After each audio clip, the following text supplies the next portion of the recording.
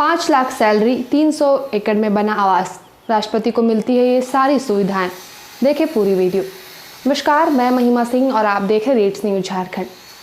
हाल में अपनी सैलरी और इनकम टैक्स पर बोलने के बाद राष्ट्रपति रामनाथ कोविंद चर्चा में हैं। अपने कानपुर दौरे से पहले राष्ट्रपति कोविंद ने एक सभा में कहा था कि उन्हें जितनी सैलरी मिलती है उसका आधे से ज़्यादा हिस्सा टैक्स में चला जाता है।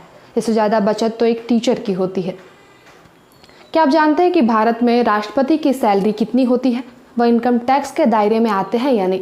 सबसे पहले देश के राष्ट्रपति की सैलरी कितनी थी, तब से अब तक देश के सर्वोच्च पद पर आसीन व्यक्ति को दिया जाने वाला वेतन कितना बढ़ा? इन सभी सवालों के जवाब आगे इस वीडियो में दिया जाएगा। राष्ट्रपति को सरकार द्वारा देश में सबसे ज़्यादा सैलरी दी जाती है। वर्तमान में भारत के राष्ट्रपति की सैलरी 5 लाख रुपए प्रति माह है। इसके अलावा अन्य भत्ते दिए जाते हैं। फिलहाल कोविड-19 के कारण राष्ट्रपति की सैलरी में 30% की कटौती की जा रही है।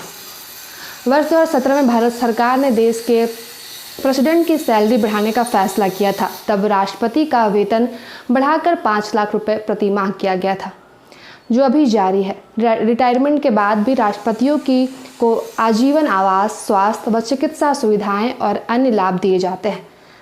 जाने पहले राष्ट्रपति की सैलरी कितनी होती थी। 1951 में 10,000 रुपये सैलरी, वही 15,000 रुपये भत्ते प्रति माह मिलते थे। 1985 में 15,000 रुपये सैलरी, 30,000 रुपये भत्ते प्रति माह। 1979 में 20,000 रुपये सैलरी और 10,000 रुपये भत्ते प्रति माह मिलते थे। वही 1998 में सैलरी बढ़ाकर 50,000 रुपये प्रति माह की गई, भत्ते अलग से। 2008 में प्रति माह सैलरी 1.5 लाख रुपए हुई थी, वही भत्ते अलग से मिलते थे। 2017 की बात करें, 2017 में प्रति माह सैलरी 5 लाख रुपए और भत्ते मिलते थे। क्या राष्ट्रपति देते हैं इनकम टैक्स? भारत के राष्ट्रपति के पद पर आसीन व्यक्ति को सेवा काल और उसके बाद के लिए वेतन, पेंशन, प्रतिलब्धियों व अन्य सुविधाओं का प्रावधान the president and pension act में किया गया है। राष्ट्रपति की सैलरी भारत की समेकित निधि से दी जाती है।